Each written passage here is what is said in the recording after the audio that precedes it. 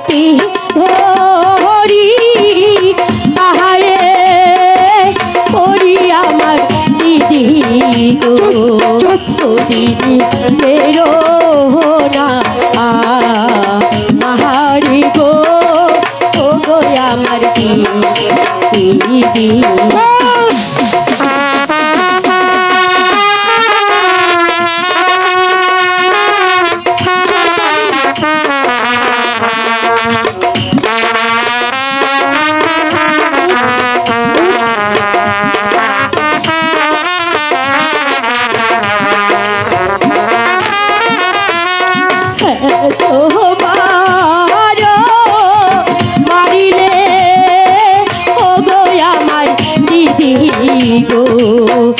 দিদি সহিতে না হারি গো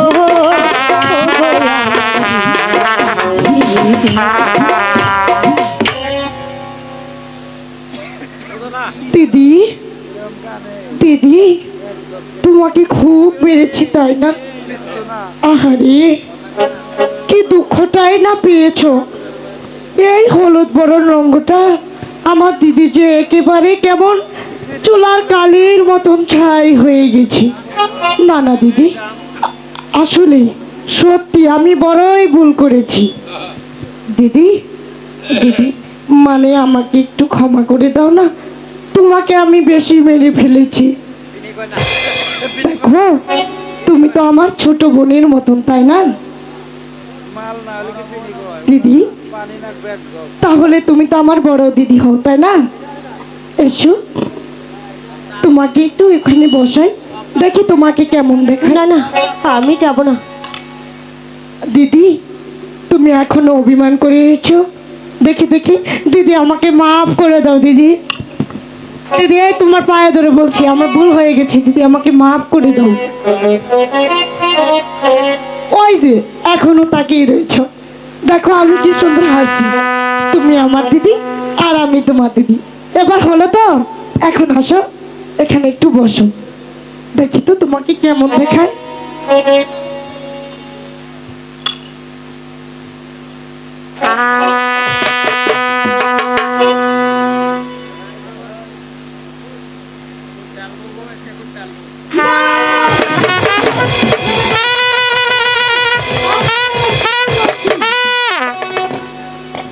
যাই না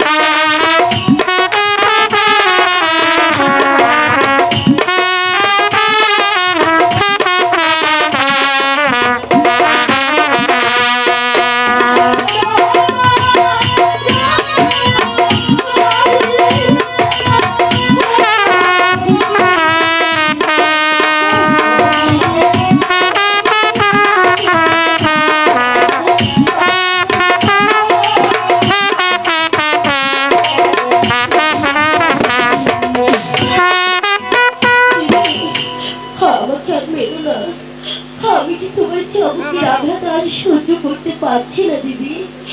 দিদি তুমি আমাকে তাড়িয়ে দিও না। তোকে তাড়াবো না কেন? তোকে তাড়াবো না, তোকে আমি তাড়িয়ে ছাড়বো। তুই তো দেখছি ভালো কথার মানুষ নয়, তাহলে আমার আগ্রহটা ব্যাখ্যা করতে হবে। আসো তোকে দিয়ে তার কোনো কাজ হবে না। এই রাত বান্দায় পেট ভরে খাবি আর শালের মতো মোটা হবি। যা তুই ওদিকে চলে যা, যা বলছি।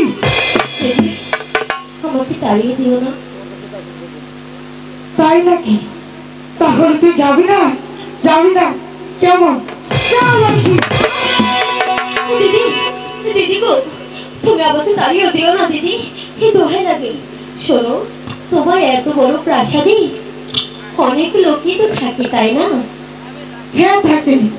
তাহলে বলছি কি, তোমার তো একটি দাসীর দরকার আছে তাই না?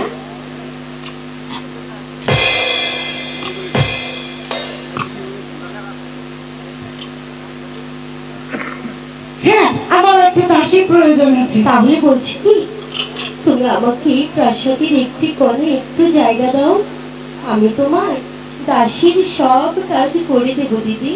ওহ, ঠিক আছে, তুই যখন এত করে বলছিস, তার আগে দেখি তুই আমার কেমন কাজ কাম করে দিতে পারিস। শুন, ইস, তোকে মেরে মেরে না আমার হাত ব্যথা হয়ে গেছে, পা ব্যথা হয়ে গেছে, খুব বেদনা করতেছে। তাহলে এক কাজ কর, দেখি তুই আমার পা দুটো টিপতে দেখি কেমন টিপতে পারিস।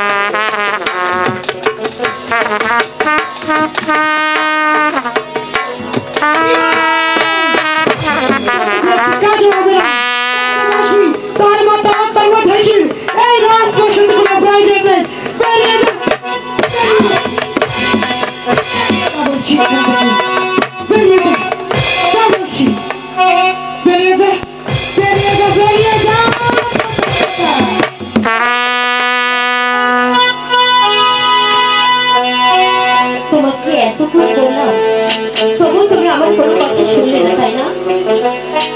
আজ তুমি এই বিশাল রাজ্যের ভার হাতে পেয়ে যা ইচ্ছে তাই করছো।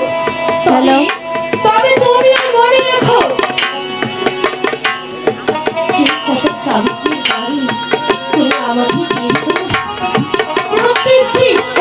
প্রত্যেকটি চাবির আঘাত আমি ফিরিয়ে দিতে পারতাম, কিন্তু আমি তো করবো কেন জানো? মহারাজজি তোমাকে বিবাহ করে এনেছে, তাই তো তুমি আমার দিদির মতো। আজ তুমি আমার সঙ্গে কি অন্যায় অত্যাচার করেছো না, মনে রেখো, কখনো যদি এই বিশাল সাম্রাজ্যের ভার আমার হাতে আসে, তাহলে আমি তোমার এই প্রতিদিন চাবুকের আঘাত একটি একটি করে গলায় গলায় আমি দিয়ে দেবো। তাহলে আমার নাম